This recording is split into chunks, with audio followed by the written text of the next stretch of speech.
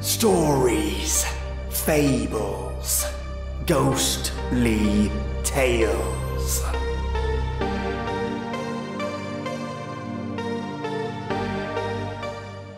The gods of old live, my friends. They live in the wind, the rustling of leaves, and the bark of the trees. You can feel them around you if you're willing to look hard enough, and sometimes you might reach out. Extend a hand, perhaps, in desperation, seeking revenge. Emma Campbell is one such a woman who sought the help of a power that she did not know of, a power that ran deep in her veins, a connection. Emma Campbell, you could say, reconnected with her roots. Welcome, listeners, to your Gaelic Creepypasta, titled Where the Birches Lean by Locked334. This story is NSFLE, not safe for little ears, and has explicit and adult content. There are sex scenes, themes of rape, and more. Get those children out of here, because this episode is just for us adults. Also, for those of you who are triggered by the discussion of rape or abuse, please skip this episode. The last thing I want to do is bring back awful experiences. Still with me? Fantastic. So as always, before I start, I want to let you know what I'm drinking. I'm enjoying a delicious Earl Gray Gold. Back to the classic flavour, mates, with a dribble of honey in there for that sweet flavour. Lastly, I'm speaking Gaelic in this episode. A huge apology up front because I know I've ruined it in some way. But one thing us Aussies do is fight and fight hard, and God, I definitely had a war with those words. Yeah, it wasn't easy. So please again, forgive me. Now, turn off the lights, turn up the sound, and get ready for something creepy.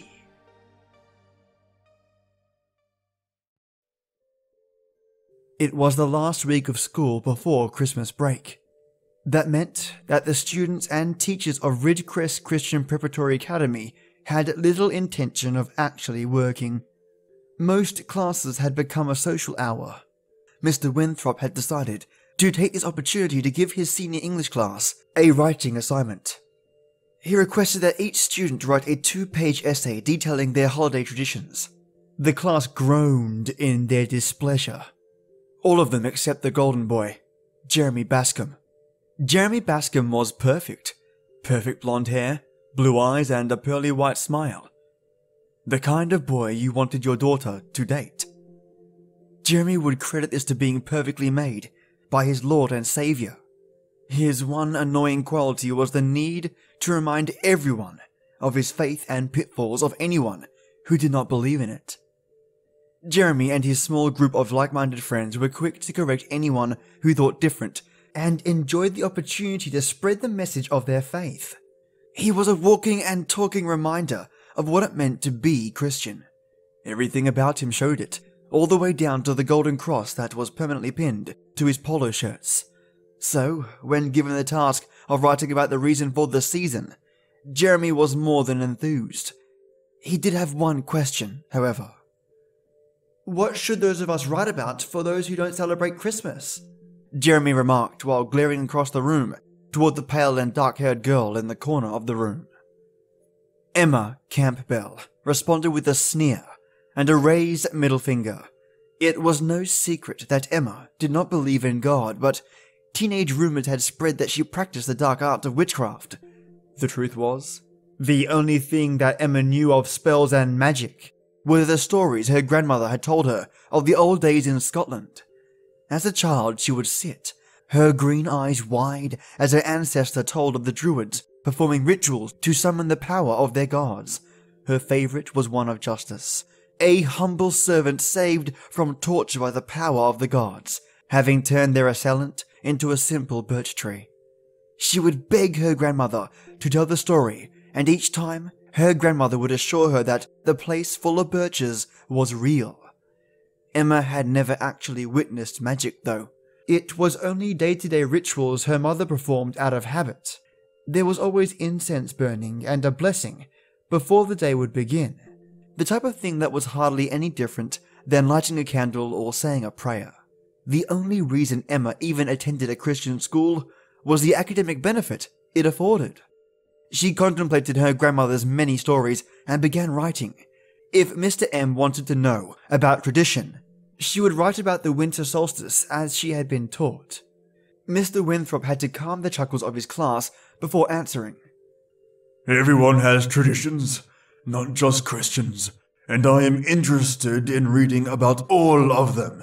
So, please, give me your best work. When the bell rang to signal the end of the period, the room went from silent scribbling noise to a clamour of shuffling seats. Mr. Winthrop raised his voice in an attempt to remind them all that the assignment would be due before each of them left for the holidays. Few of them were paying any attention, however. Emma was the last to exit the room, much like always, and quietly navigated between the hordes of teenagers within the hall. When she approached her locker, Jeremy Bascom and his goons had congregated around it. She sighed, knowing that she would have to endure a lecture to gain access to her belongings. Jeremy's smirk made her sick, despite how perfect his teeth were. "Please, just let me get to my locker," Emma begged. Jeremy leaned forward. "First, let me see what you are writing for Mr. W's class." Emma's eyes rolled as she felt her notebook pulled free from her hands. She yelled for it to be returned, but the group had quickly surrounded Jeremy. They hovered over the pages and read about the celebration of a winter solstice. A joyous time of giving, decoration, and feast. Emma had been taught long ago that many of the Christian traditions had been borrowed from pagan ones and adapted to form what we know as Christmas. She watched as Jeremy's face changed from amusement to anger with each passing word. Emma knew that within Jeremy's mind she was a sinner and blasphemer and doomed to the pits of hell. She could even see it in his eyes when he finally looked at her. God does not like it when we spread lies, especially about him, Jeremy said as he began tearing the pages from Emma's notebook. Emma's voice roared. "They aren't lies. They are stories my grandmother used to tell me." The girl refused to give him the satisfaction of seeing her cry. She held strong to the tears that wished to flow from her eyes as her notebook was shoved back into her hands. This was something Emma had become accustomed to. The group dispersed as the next bell rang, and though she should have made her way to class, her heart was no longer in it.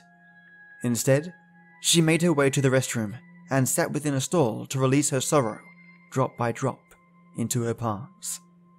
In that tiny space, she found herself beseeching the gods of her grandmother to save her from this pain. Emma hoped that the god of revenge, Araun, could come swooping in and teach Jeremy Bascom a lesson. That night, Emma's sleep was restless. Her mind was still filled with the tortures of the day and wishes of a solution. It took her hours to find peace, but once she had, she also found dreams. She found herself walking among stark, white birch trees, a pale blue gown of cotton and lace draped over her thin frame, and lilies sat like a crown upon her head. The air was warm and sweet. The birds chirped overhead, and the wind played a tune that reminded her of the music her grandmother used to play.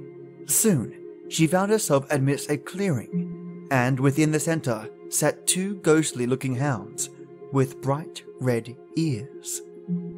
They sat intent, watching as she approached them and made no movement towards them. From beyond the trees, a figure appeared in black. A hood covered scattered strands of grey as the person hobbled upon a cane toward the clearing. As the person stopped beside the dogs, a frail and withered hand pushed back the hood to reveal the wrinkled and worn face of an old crone. Her eyes were glassy, much like that of the sightless, but she stared intently at Emma as if she were peering into her very soul. The woman gave a gentle smile and reached out her hand to brush at Emma's cheek. The woman's smell was of fresh grass, and the sensation was calming. She felt like a child again, being soothed by her grandmother when she was in pain. Young one, do not despair. We see you. The woman spoke softly. A tear rolled down one of Emma's eyes as she spoke. Who are you? A friend of your family, dearie. The woman replied. You may call me Matilda. Is this the place my grandmother told me about? Emma whispered. Matilda nodded. This place is full of magic, and if you believe, you will witness it. And with those words, small specks of light erupted from the flowers beneath Emma's feet. They danced within the air around her body, and a sound like tiny voices singing echoed in her ears. It was soft and soothing, like a lullaby. Her eyes began to flutter, and her knees became weak. Emma knelt within the soft grass, and found herself laying down within the poppies. The sweet smell of the flowers, the calming song, and the comforting ground beneath her lulled her to sleep. Her body lay still, while the old crone and her hounds disappeared into the birches beyond the clearing, humming a tune from a time long since past. Emma did not stir the rest of the night, and a smile rested on her lips. The following day, Emma felt rejuvenated. It was almost as if every weight of the world she lived in had been lifted from her shoulders. There was even a sparkle in those emerald eyes, a light that not even the heckling from Jeremy and his friends could dim. Their laughter faded into the distance as she thought about her dream. It left the group confused, especially Jeremy. A seed of curiosity was planted at that moment. Jeremy had to know why Emma seemed so at peace. Before he had completely thought about his actions, his feet were moving. He picked up the pace until he was walking in stride with Emma. "What's got you in such a good mood?" he quizzed. Emma smirked. "Wouldn't you like to know?" She disappeared into her biology class, and when Jeremy followed, Mrs. Simmons stopped him and questioned if he might be lost. Jeremy did not share this class with Emma. As she took her seat, she gave a slight giggle at the sight of the boy being escorted from the room. Even if Jeremy had not properly received his punishment for being so cruel, it was good enough to improve Emma's mood. Her notebook was filled with doodles of dancing fairies, flowers, and rows of birch trees. She could not get the image of her dream out of her head, and just thinking of Matilda made her smile, and something about that upset Jeremy. He could not get Emma out of his head. Emma's smile was like an itch Jeremy could not scratch. He was distracted by it for the rest of the day and during his evening meal with his family. Normally he'd be enthusiastic about sharing the events of school with his father and mother, but tonight he asked to be excused early. Jeremy changed for bed, hoping that a good night's rest would ease his inner turmoil. But as soon as he shut his eyes, Emma's face awaited him. Her wavy brown hair, sparkling green eyes, and supple pink lips haunted him. He tossed and turned, adjusted his pillows, and fought with his own imagination for hours before finally finding sleep. His mind could not let go of the image, and it slowly crept its way into his dreams. Jeremy awoke, laying in a bed of grass surrounded by poppies. The cool night air whipped through the birch trees that circled the clearing, and the only light was that of the moon above. He brought his body up slightly, resting his weight on his elbows. From the forest beyond, a form approached. As the thin figure stepped out into the moonlight, he recognized Emma's face. She slowly approached, grasping hold of the hem of her pale blue gown. She knelt beside him and whispered his name. He stared at her mouth, noticing how red and plump they seemed. almost like an apple. She leaned down, pressing those very lips against his, and he could not resist pressing back into a loving kiss. He could hear her singing echo through the trees around him, and specks of light danced around them, shining like tiny stars. It was magical. He felt her hand trail down his body, then come to rest between his legs. His eyes widened as her palm rubbed at the cloth that separated their skin. He knew what he was doing was wrong, but it felt so good. His body reacted in kind, his manhood growing firm under her touch. She smiled at the sensation, then leaned back, retracting her hand in order to pull gently at the bindings that held her gown in place. The cloth lowered to reveal her naked form beneath. Jeremy's mouth hung agape as his eyes trailed her perky breasts and smooth skin. He had never witnessed the female body before, and his excitement only grew. The beautiful young woman before him pulled down upon his pants, revealing his rigidness before taking him inside her. Her body rocked slowly atop his lap, gasping in pleasure. Jeremy laid back upon the soft grass and moaned with every motion. Within moments, he could no longer hold in his ecstasy and released himself inside of her. Emma came to an abrupt halt as she felt his fluids fill her.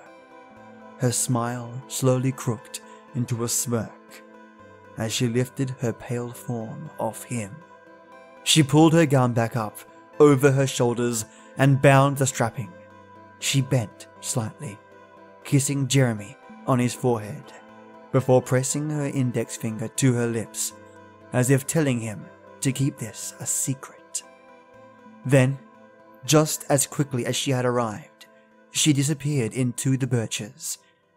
Jeremy was left soaked in his own sweat and juices in the middle of the clearing. He jerked awake to find himself still in his bed. It had all been a dream.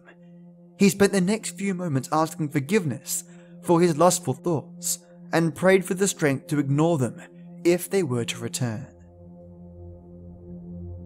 Emma's smile failed to leave her as the rest of the week progressed, and it tortured Jeremy to no end.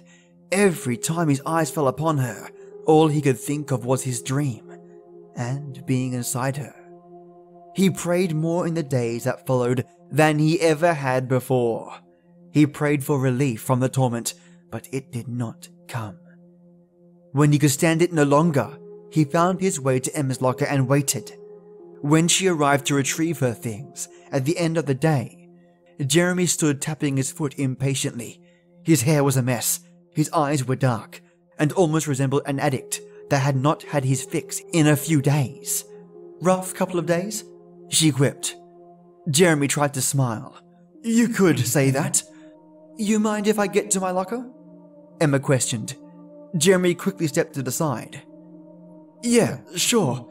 So, the thing is, I was wondering if you might want to, you know." Emma giggled slightly, listening to the stammering of the boy. "Spit it out. I got to get going." Jeremy attempted to steel himself, his eyes getting more serious. "Will you go out with me?" Emma could hardly contain her laughter. It erupted from her mouth and echoed through the hallway. She had no words to properly respond. Jeremy attempted to laugh as well, but he could not find humor in his question. He needed her to say yes. He asked again, but she simply ignored the question and closed her locker. Emma made her way down the hall with Jeremy following close behind. Tears formed in his eyes as he began to beg, and at one point he even got down on his knees. The sight was truly pathetic, and when it only offered another laugh from Emma's lips, he became angry. He stood abruptly and grabbed her by the arm and demanded she go out on a date with him. "Take your hand off her right now." Mr. Winthrop's voice boomed from down the hall. Jeremy's fingers shot open, releasing his hold on her arm in a second. Emma was shocked at Jeremy's actions, but even more frightened of the look in his eyes. She could see madness behind those eyes. She did not hesitate to step back and head towards the door. Within moments, she was out of the door and on her bus. Jeremy was left defeated in the hallway, wondering how he could have been led to this madness. He only had one answer. Emma must have cast a spell on him, and he would have to break it. That was the only way for him to return to sanity and possibly save his soul from damnation. The plot began to form in his head as he exited the building and sat in his car. His tires poured smoke as he peeled out of the parking lot and down the road for home. The next day, Emma had made it a point to avoid Jeremy, which she found to be easy because he had not attended classes that day. She just had to make it until the end of school and they would be out for the holidays. She could not help but wonder what had possessed Jeremy to act the way he had, and the thought clouded her mind most of that day. She stared at his empty seat in Mr. Winthrop's class, which the teacher noticed. When the bell rang, he asked Emma to stay behind to question her about the incident, but she had fewer answers than even her teacher.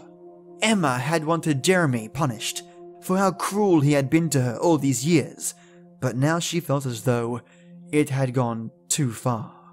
Even as much as she had wanted to see him suffer, she felt pity for Jeremy. When Emma arrived home, her mother was descending the stairs from the attic. Emma flashed her normal smile and asked what her mother had been doing. Normally, cleaning out the house was saved for springtime, but something had possessed her to bring down some items that had been stored away. Dust filled the air as Emma's mother opened the trunk that held the only remaining items that her grandmother had owned. Several of the books that held those stories Emma remembered from her childhood were piled to one side. The rest were tattered garments, and tucked beneath them was an old white jewelry box. Emma knelt by the trunk and pulled things from it with her mother. Her eyes widened as she revealed a light blue gown that resembled the one from her dream. Your grandmother loved that dress, Emma's mother beamed. Emma held the garment to her body and noticed it was her size. Do you think I could keep this? I don't see why not. There is no way I am fitting into that thing. Her mother laughed as she opened the jewelry box. Emma went upstairs to try on the dress. She slipped out of the ratty jeans and t-shirt she had become accustomed to wearing to school and slid the soft fabric over her shoulders. She reached behind her and tied the straps in place before stepping over to the full-length mirror by her window. She smiled at the sight, feeling more beautiful than she ever had. At that moment, her mother stepped into the doorway and leaned against the doorframe to admire the lovely young woman her daughter had become. When Emma noticed her mother watching, she gave a laugh and twirled in the gown. Her mother wiped a tear from her eye and revealed what she had found within the jewelry box. It was a silver necklace with a star-shaped pendant. Within the center of the star was what her grandmother used to call a rune. Her mother told her that it was the one piece of jewelry that her grandmother always wore. She thought it protected her, and as Emma's mother placed it around her neck, she hoped it would protect her daughter just the same. The girl took the trinket between her index and thumb, rubbing it gently and thinking of her grandmother's smiling face. A car sat idle across the street. Jeremy Bascom stared from the driver's seat, his eyes intent on the open window of Emma's bedroom. He had watched as she changed into the dress, and it only served to make him angrier. It felt as though he was being tortured little by little, and he was unsure of how much more he could take. He watched and waited as the light of the moon illuminated the night. His eyes were intent on that window until the light went out, and he was sure everyone inside would be asleep. He stepped from his car and quietly approached the front yard, gathering small pebbles in his hand. He prepared to hurl them to Emma's window to get her attention. The sound of tapping caused Emma to stir. She had fallen asleep in her grandmother's gown and felt foolish for still having it on. The tapping came again and caused her to turn to the window. She watched as another small fragment collided with the window pane. She eased from her bed and slowly made her way to the wall. Jeremy was readying another rock when he noticed her face. He smiled and waved from the ground. Emma unlatched the window and eased it open, in order to lean out. Jeremy, what in the heck are you doing here? She whispered in an annoyed tone. Sorry for coming over so late, but I wanted to apologize for the other day, Jeremy responded, trying to remain quiet as well. Emma rolled her eyes. Yeah, well, apologize and get out of here. Come on, Jeremy begged. At least let me say it face to face. You keep it up and my parents are going to wake up, she scolded. And trust me, you don't want my dad to catch you out here. Just come down and let me say what I need to say, and you won't see me again, Jeremy pleaded. Oh, fine, Emma huffed. Go around back though. They will hear me open the front door. Jeremy almost leaped with excitement as he rounded the house and headed towards the back porch. Emma leaned back in and shut the window. As she headed to her door, she looked at herself in the mirror one more time. She grasped her grandmother's pendant and said a little prayer for protection. She hoped that whatever had been watching out for her would continue to do so. She then crept down the stairs and through the kitchen toward her back door. Her eyes scanned the porch but could not see Jeremy. Her fingers slowly disengaged the lock and turned the knob while easing the door open. She called out quietly into the night, but received no response. Jeremy, she hissed. This isn't funny. As she stepped out onto the porch, she noticed how bright the moon was. If you don't cut it out, I'm going back inside. Her words were cut short as a cloth-covered hand clamped down across her mouth. A scent of strong chemical engulfed her nose and her head began to spin. Her limbs suddenly felt weak as she fell back into Jeremy's arms. He was speaking to her, but the words were distant and muffled. It was followed by a maddening grin, just before everything went black. While unconscious, her grandmother came to her in a vision, whispering softly for her to be strong and remember the Birches. When Emma came to, she found her mouth bound shut with part of her gown. It had been ripped into pieces and tied firmly across her lips. She tried to scream for help, but the trees around her were unfamiliar. Jeremy had apparently transported her deep into the wooded area behind her house, and at this time of night, no one would hear her. It did not take long for salty specks to stain her cheeks. She had no idea what Jeremy had in store for her, but she knew it could not be good. Jeremy let out a flurry of curses. As he stopped dead in his tracks, Emma's eyes scanned the area, hoping that maybe he had seen someone else in the woods. That was when she noticed the stark white rows of birches. Jeremy walked forward, avoiding the ghostly trees around him. Within moments, he found himself in the middle of a clearing that was only lit by that full moon above. Poppies scattered across the ground in front of him, and it did not take long for either of them to recognize their location. Emma had never known there to be a place like this in the woods behind her home, but she had not ventured far before. She wondered if the old woman would appear again to save her, but that thought was dashed when Jeremy slung her body to the ground. She tried to yell for help again, but the back of Jeremy's hand silenced her quickly. He searched the area frantically, as if looking for something. When he did not find what he was looking for, he turned to Emma. What did you do to me? She tried to respond, but the gag prevented it.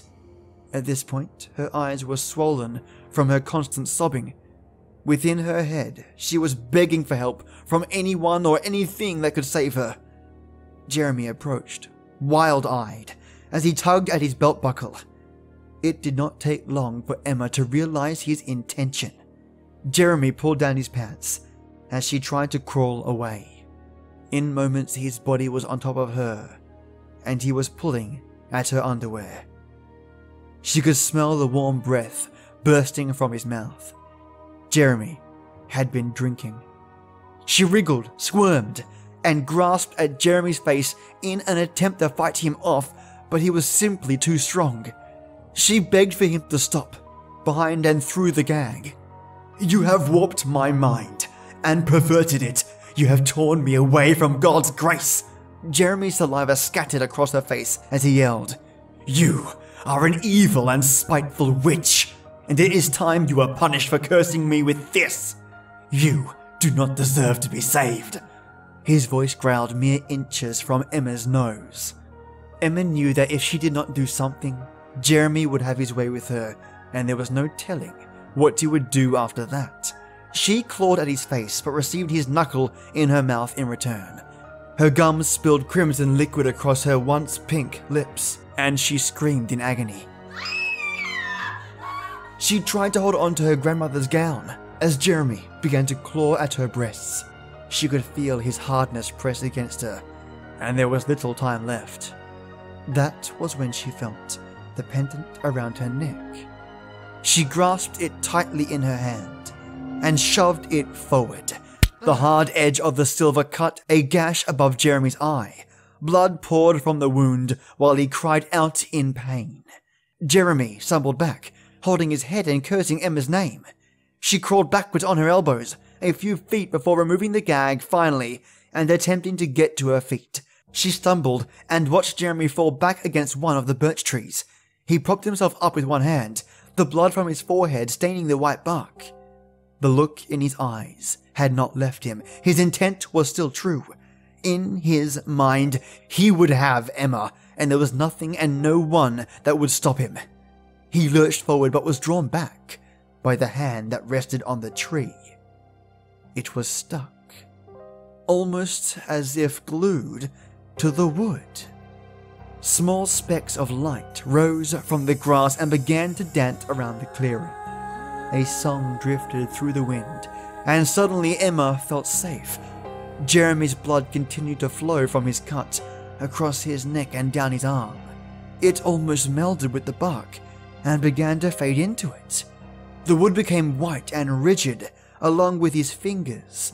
They both watched as inch by inch his skin turned into wood. When the truth of the situation became clear to Jeremy, he looked back toward Emma, his face no longer full of anger but instead replaced with fear. Emma's mouth opened and her voice emitted words of which she had never spoken, and yet she seemed to understand them. It was a dialect that her grandmother would sometimes use when telling her stories. Lecumhac Arwin, Kuldemido Drak Fiheter, Ansio Daisna Kraubhan by the Sin. "Help me!" he yelled as his arm became one with the tree. Emma simply turned away from the horrible sight and looked toward the path they had taken to enter. The old crone stood at the end of the birches with her two pale hounds. Her index finger was pressed to her lips, as if telling the girl to keep their secret. When Emma looked back, all that remained of Jeremy was his other hand. The fingers were still reaching out for help, as the white bark engulfed him. Each digit became small branches of the newly formed tree. It leaned outward from the tree beside it, still trying to flee. But it was no use. The deed was done. The tree was unrecognizable from the other split-formed birches in the area. Emma turned and witnessed just how many similar birches encircled the area. She wondered if each one had been someone to cross her family. She looked back, hoping to thank the old woman for her help, but she and her pets were gone. The fair-skinned girl who had escaped a fate worse than death slowly made her way back home as the first snowflakes of winter began to coat the ground. As the months passed, the mystery of Jeremy's disappearance had faded from popular conversation. The authorities assumed he simply ran away. Emma was the only one who knew different. So, when the green sprouts pushed through dead leaves, she made her way to the woods. She hummed the tune from long ago, twirling in the repaired fabric of her grandmother's gown. Fat yellow jackets floated in the warm breeze and the air smelled of poppies while she skipped through the brush. Her bare feet were cushioned by the soft grass and her skin was warmed by the springtime air as she found the clearing. Her lips curled into a smile as she found where the birches lean. She knelt beside the tree and thanked the gods once again.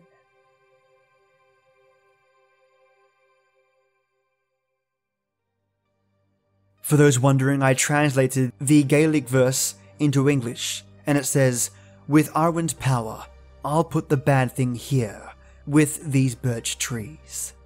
What a fantastic story. And yes, it does leave me to wonder how many others lie there in their forest. A big thank you to Locked334. I'll be including their story in the episode notes with a web link so you can go down there and read it anytime you like.